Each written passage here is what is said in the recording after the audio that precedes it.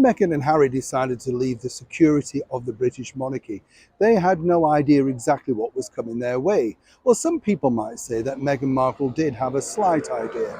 After all, she'd achieved minor success in a cable TV show, Suits, and she was desperate herself for the spotlight, so she knew how fickle the world of celebrity was. But of course, when you invite the celebrity world into your world, and by invite I mean you sign mega deals, you really are playing with something of the devil. I speak from experience, trust me. I've signed many major deals in my time, but I've always been savvy enough to know there's a golden period, and then there's a period where they dislike you and they will go out of their way to make sure that you are not successful ever again. You're seeing that right now with a major cable TV star. The battle is ensuing, played across all the national newspapers and digital platforms. And what's fascinating here is it's now actually happening to the ex-royals, and it's come as something as a shock.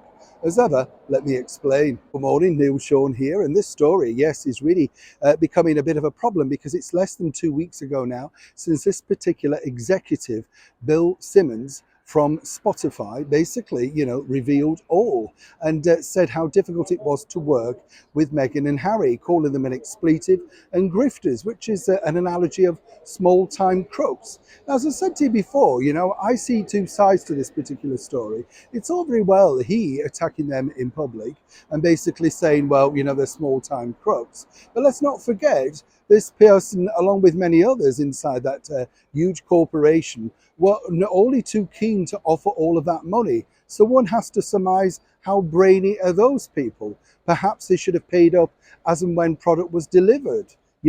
Why would you give them the money in advance? Doesn't really make sense.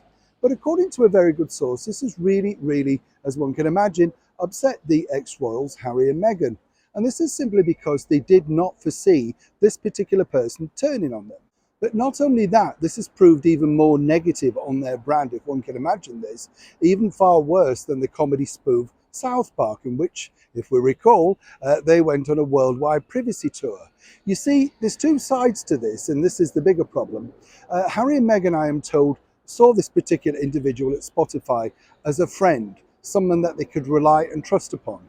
Now, friendship, it appears, is a one-way street with Harry and Meghan. We've seen many people come and go through that revolving door of their digital world, Archewell, as you can imagine.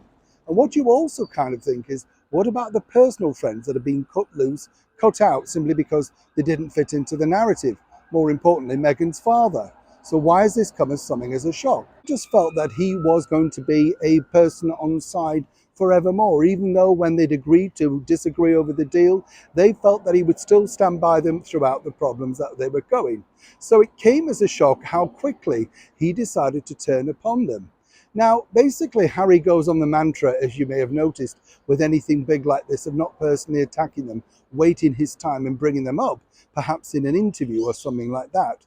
So this particular battle is far from over.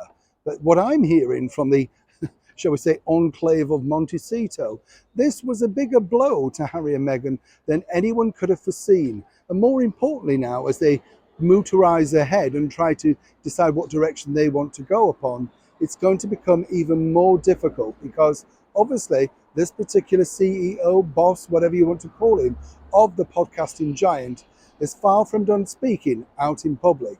And you can rest assured, whatever they come out with next, he's bound to have an opinion. And it won't be complimentary. Neil Sean in the very heart of London.